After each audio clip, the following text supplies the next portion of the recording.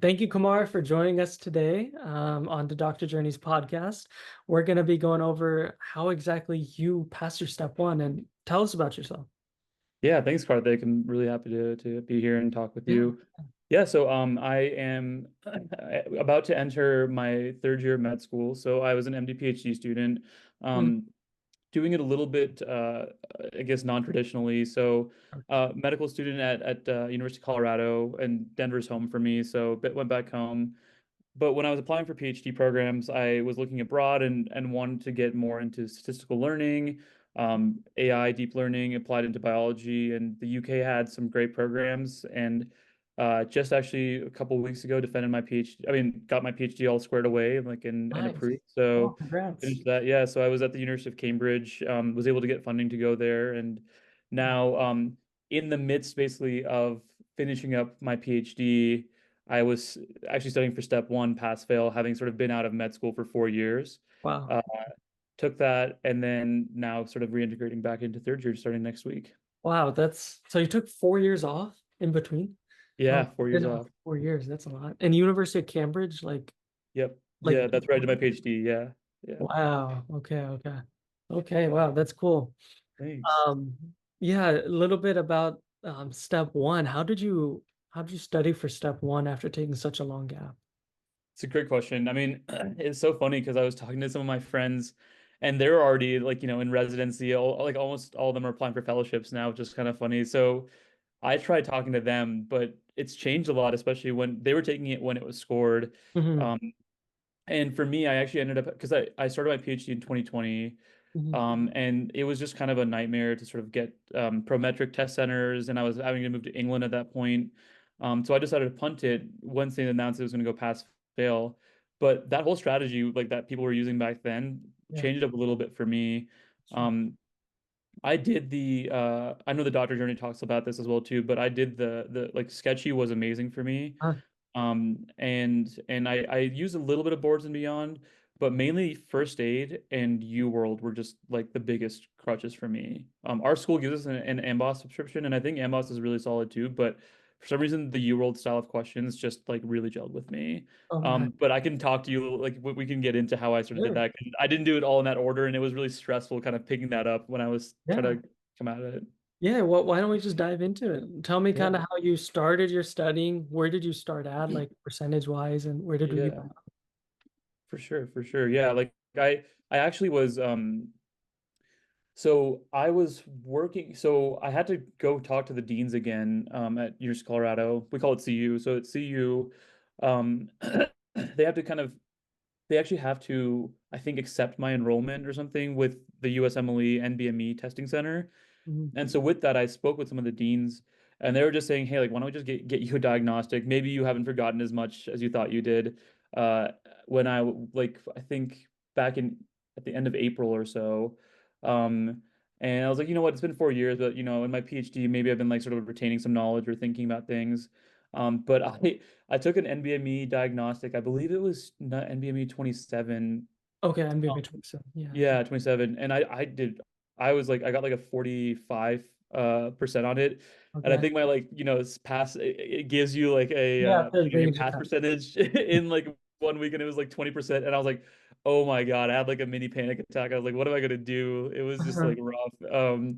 And because I was like also in the middle of it trying to figure out when to defend my PhD and also like thinking about some papers that I was wrapping up. But I was like, okay, no, I need to like actually sit down and like get through it. I think I was under the impression that because it was pass fail, it would be fine and like, passing would not be that tough. Yeah. Um, but that's when I like really evaluated. I was like, okay, like I need to make a really rigorous schedule. Before I was just kind of like, hey, like I'm just gonna go through like blocks kind of at like my own self pace, like go through Mm. the neuro modules and boards and beyond or pathoma. Yeah. Sorry, I forgot to mention that too. Mm. Um, but then yeah, I after that I like became much more like, okay, I need to like figure out how to get this more serious. Uh-huh. And Yeah. what did you do to get more serious? Like, how'd you adapt when you started saying, okay, my scores aren't where I want to be? Did you change up everything?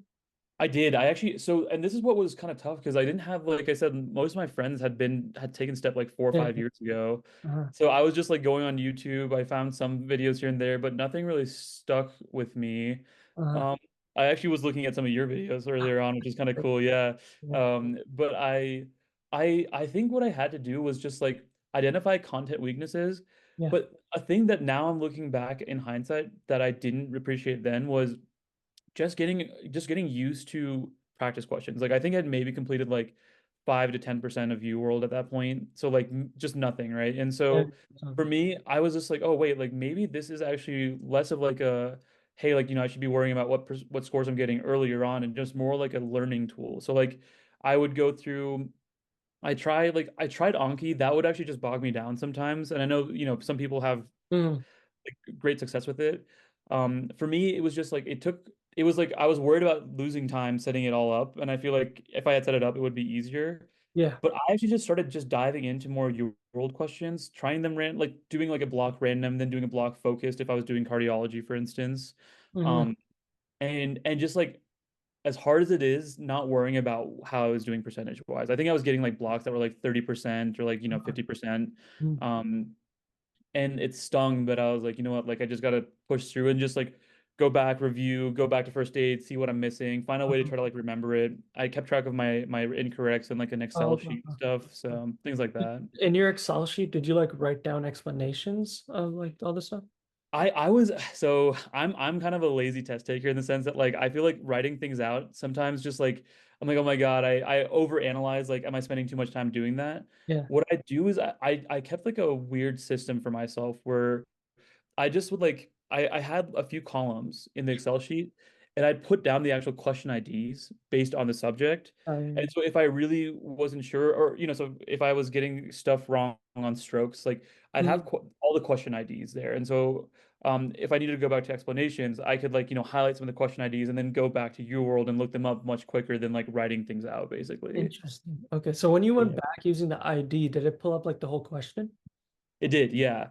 Okay. And so that's kind of like, and I can talk to you about that too. Like closer to my test date itself, I had a whole like red, yellow, green system with how I was actually even looking at the explanations and going through questions because sometimes UWorld question explanations can be so dense, like it takes some time just to read them again. Sometimes if it was a green, I just go right to the objective and just read a couple sentences and move on. Mm, Versus like if I was like, okay, I don't really know this, like let me go through and actually like look at some of the explanations sure. or like Mhm, look at the ones that I eliminated and stuff like that. I do like more of like an analysis like that. mhm. Oh, Yeah. red, yellow, green meaning like you kind of know this stuff, you're already good. Yellow like Exactly. be in there. Okay, okay, Yeah, gotcha. yellow, I'd maybe just look at like if I had eliminated a few of the questions, sorry, the answers in the question, I'd Mm, only look at the ones that I hadn't eliminated, those explanations. okay, And then if it was red, I'd be like, okay, I just need to read top to bottom everything. okay, gotcha. Yeah. So when you were doing all this, did you have any like dips in your scores throughout, or was it like a linear progression?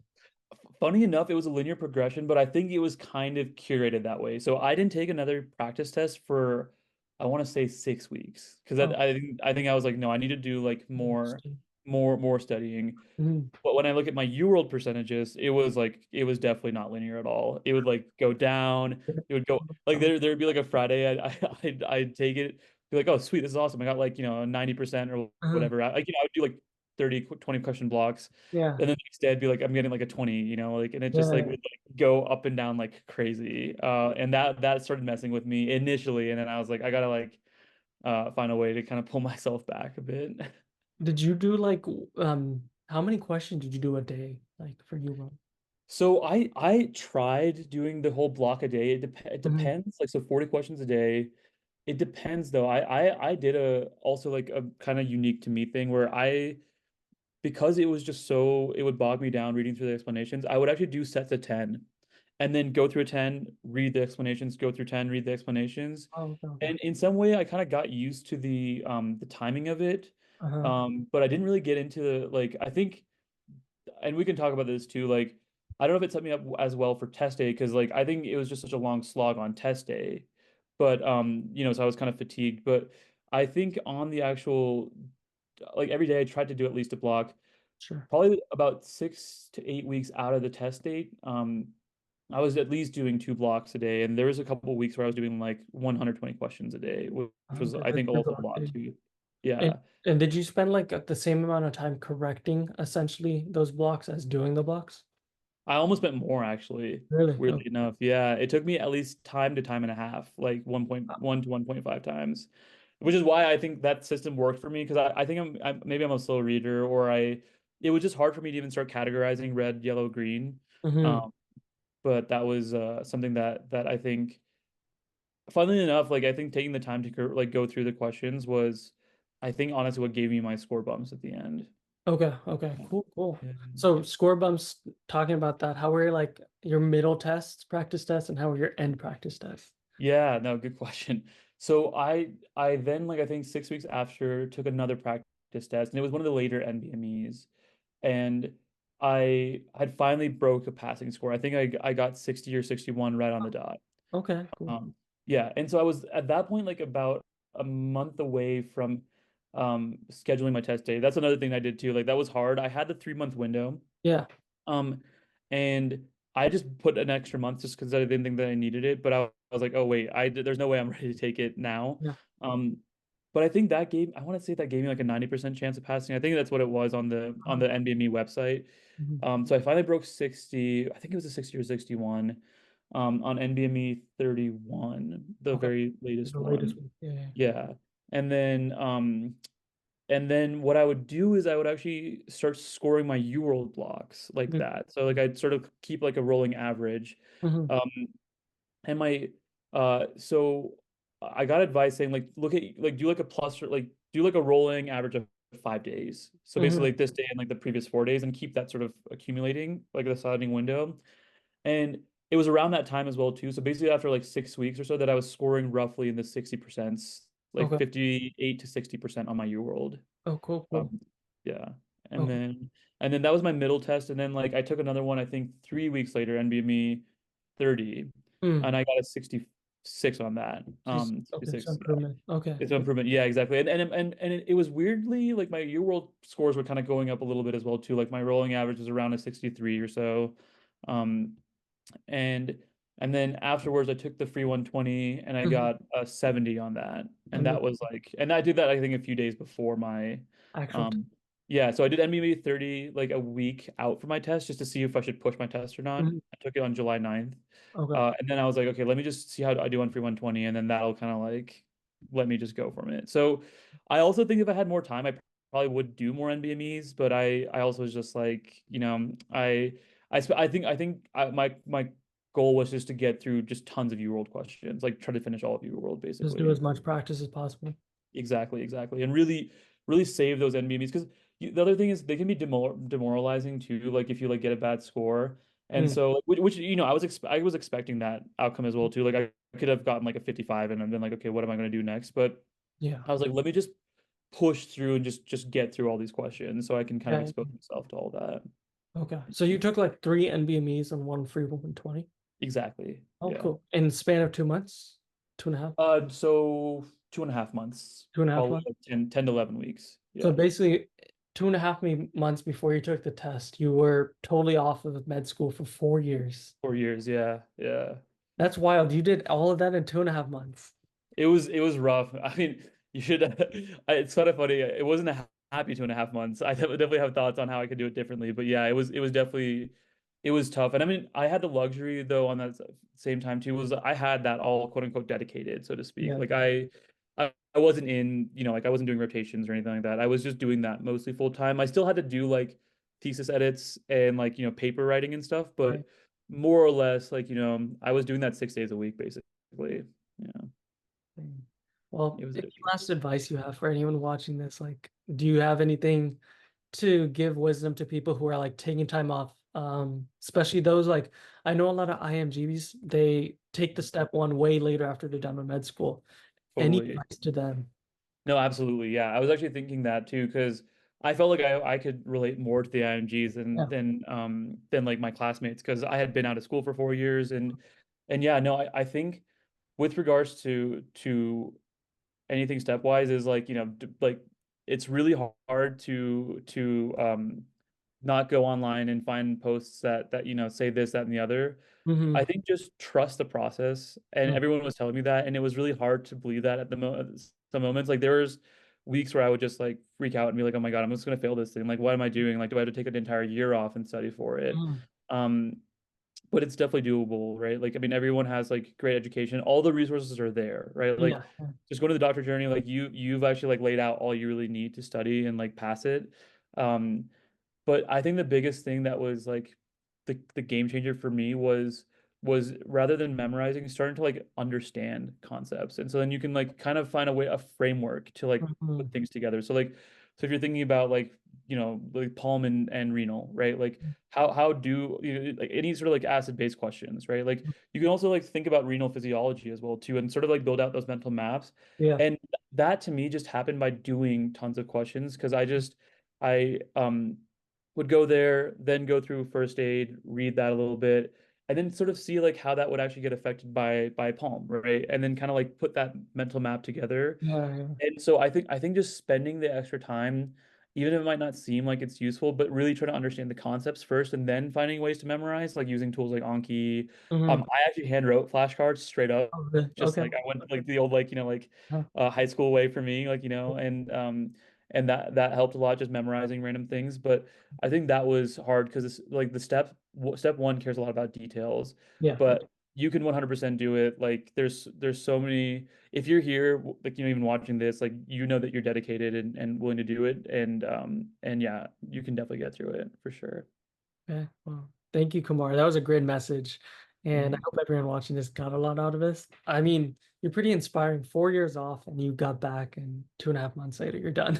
You passed the test. Nice. Thank you, I know dude. a lot of Appreciate people, and even me personally, who took almost twice as much amount of time while I was still doing school, still it. to Yeah, figure it out. So impressive. Good job. Congrats on passing. thanks, Kartik. I Um, appreciate that. and we'll see you in the future. I'm pretty sure we'll see you in more videos upcoming. Looking forward to it. Yeah, thanks, Kartik. Thank you everyone for watching, and we'll see you guys in the next video. Bye bye.